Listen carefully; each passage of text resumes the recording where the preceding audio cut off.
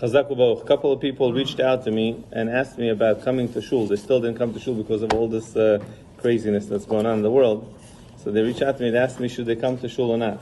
So I just want to address that point quickly and then go to a different point. First of all, if a person obviously has any conditions, any sicknesses, any issues that, God forbid, could develop into a worse situation because of this type of virus, obviously he should not come, he should not put himself at risk and should daven at home. But otherwise, I think all healthy people, normal people, regular people that don't have any real problems should not have any problem coming. And that takes me into the next thing that I wanted to discuss, and that is trust in Hashem. When a person has trust in Hashem, his whole life view changes. His whole attitude changes. The way he looks at things changes. The way he thinks about things changes. A lot of people call me with their problems, with Parnasa, and this problem, and that problem, and stuff like that, and I see how they tackle the problems. And if a person would trust in Hashem, things would, there's a pasuk David HaMelech writes, Haboteach b'Hashem, chesed yisovevenu. If you trust in Hashem, you're surrounded by kindness of Hashem. The kindness of Hashem is waiting for you to surround you, to envelop you. But you have to learn how to really put your trust, your faith in Him.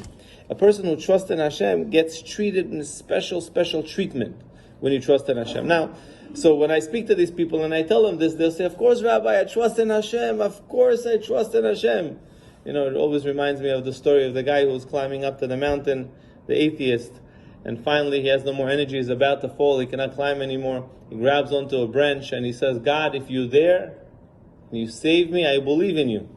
So God opens up the sky and tells him, I am God. I will take care of you. Let go of the branch. So the guy said, well, are you crazy? What are you talking about, let go of the branch? What do you mean, let go of the branch? I'm God, I'll take care of you. No problem. Sometimes we sort of we say, I trust in Hashem, and we convince ourselves that we trust in Hashem, but it's not really there. If you trust in Hashem, first of all, one of the things that has to change in your life is you have to have patience.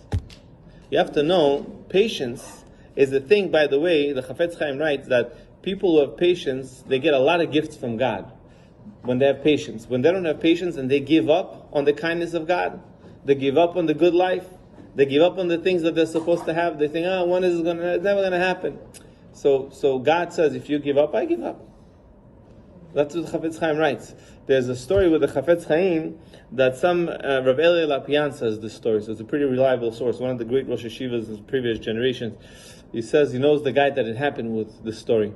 Some big rabbi came to the Chafetz Chaim and he asked him, find me a good guy that will be a good, the head rabbi of my yeshiva. So the Chafetz Chaim says, there's one young man over here, he's a big Talmid Chacham, super Talmid Chacham, you pick this guy, you'll be a very, very happy man. If he will be your Rosh Yeshiva, you'll be a very happy man. It was right before Pesach. So the rabbi said, okay, great. He waited for Bein Hazmanim to happen. After Pesach, he'll talk to this rabbi. Chol HaMoed, he gets a letter from the Chafetz Chaim, and the Chafetz Chaim tells him, I changed my mind, do not hire this guy. On Chol HaMoed, you're not allowed to write. If the Chafetz Chaim did this on Chol HaMoed, it must be the Chafetz Chaim felt this is urgent, and there's going to be loss over here, a serious loss, and therefore I have to write this letter to him.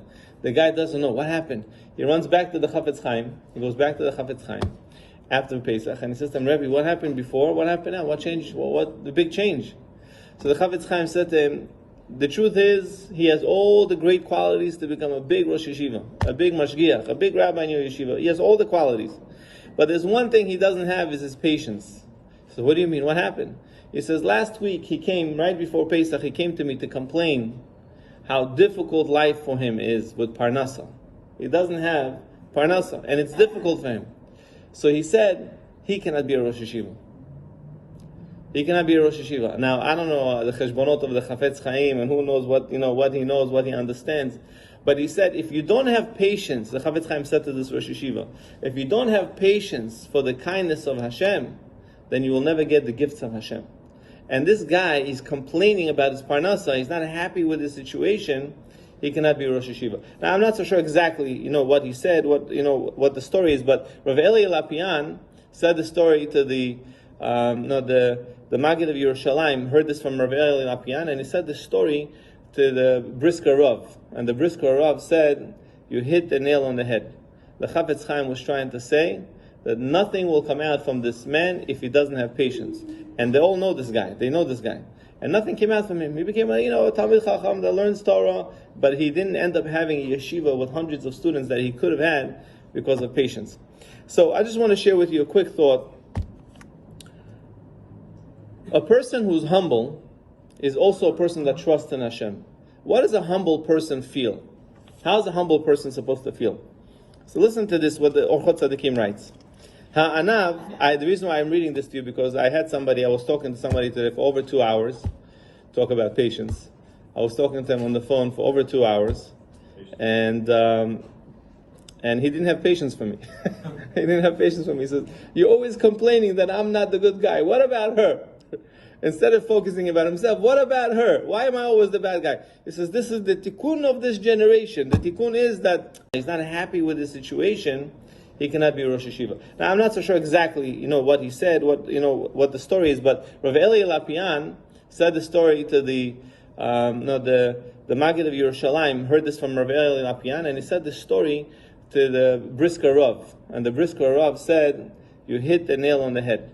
The Chafetz Chaim was trying to say that nothing will come out from this man if he doesn't have patience. And they all know this guy. They know this guy. And nothing came out from him. He became a Talmid Chacham that learns Torah, but he didn't end up having a yeshiva with hundreds of students that he could have had because of patience. So I just want to share with you a quick thought. A person who's humble is also a person that trusts in Hashem. What does a humble person feel? How is a humble person supposed to feel? So listen to this, what the Orchot Tzadikim writes. The reason why I'm reading this to you, because I was talking to somebody today for over 2 hours, talk about patience. I was talking to him on the phone for over 2 hours, and he didn't have patience for me. He didn't have patience for me. He says, "You're always complaining that I'm not the good guy. What about her?" Instead of focusing about himself, what about her? Why am I always the bad guy? He says, this is the tikkun of this generation. The tikkun is that the women are always right and the men are always wrong. All the rabbis agree. I said, no, that's not the case. The case over here is that she ran away from you. So we're trying to figure out why. We're not trying to figure out her problem. She has problems, but you didn't run away from her. But he didn't like it. Okay. So the Anav, what is Anav supposed to feel? First of all, he says, a person that is humble, he judges everybody favorably. Everything that he sees done, in his head, he judges favorably. It's hard. You see a guy taking out his cell phone in the middle of davening. How do you feel? Disrespect. How can he disrespect this holy place? It's very difficult to judge people favorably, especially if they sit in the back and they do it under the table. It's very hard. Like, it's disrespect.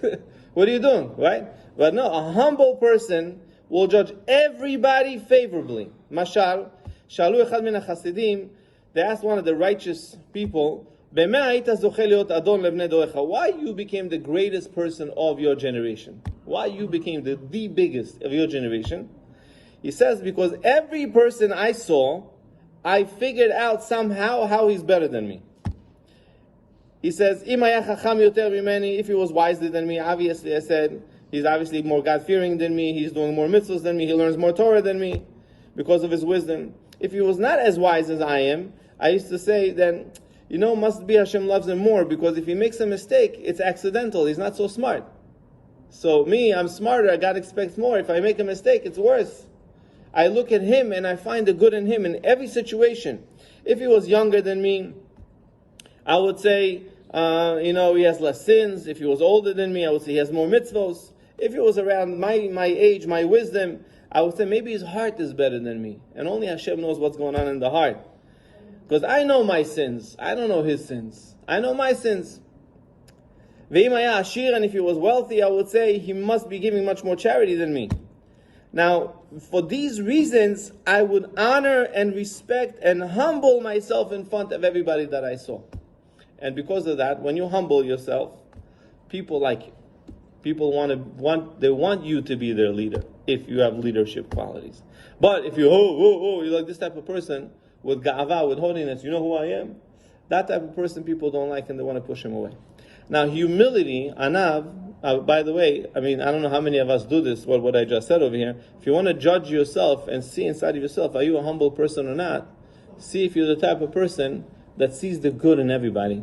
Or you're the type of person that always finds the fault. When is the last time you found somebody, you saw somebody, and you saw something good in them? Think about that. It's an important concept to focus on. Okay, I just wanted to finish with one halakha. So this, we said, trust in Hashem helps you become humble and helps you win many other things. We'll start talking a little bit about trust in Hashem the next couple of days. But I wanted to talk about one halakha that a lot of people are not so aware of. Somebody recently called me and asked me this question. There's a big difference between the Sephardi minhag and Ashkenazi minhag about eating cheese and then eating meat. We know there are certain cheeses that you have to wait 6 hours after you eat. But that's, Rav David Yosef says, is not the Sephardi custom. That's the Ashkenazi minhag.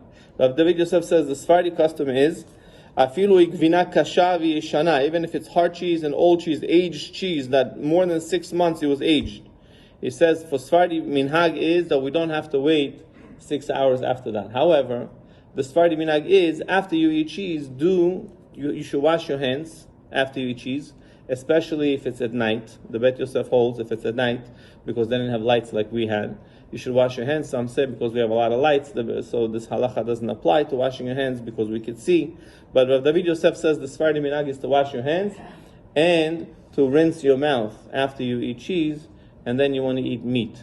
Now, if you want to eat oshpolo and you're just eating the rice and the carrots, Rav David Yosef, says you're not eating meat, then you don't have to wash your mouth and wash your hands from the cheese, because you're not eating actual meat. But if you're eating actual meat or chicken, he says then the minhag is to wash your hands and to wash your mouth, preferably with liquid or with bread, something like that. Rabbi Chanina ben Akasha Omer,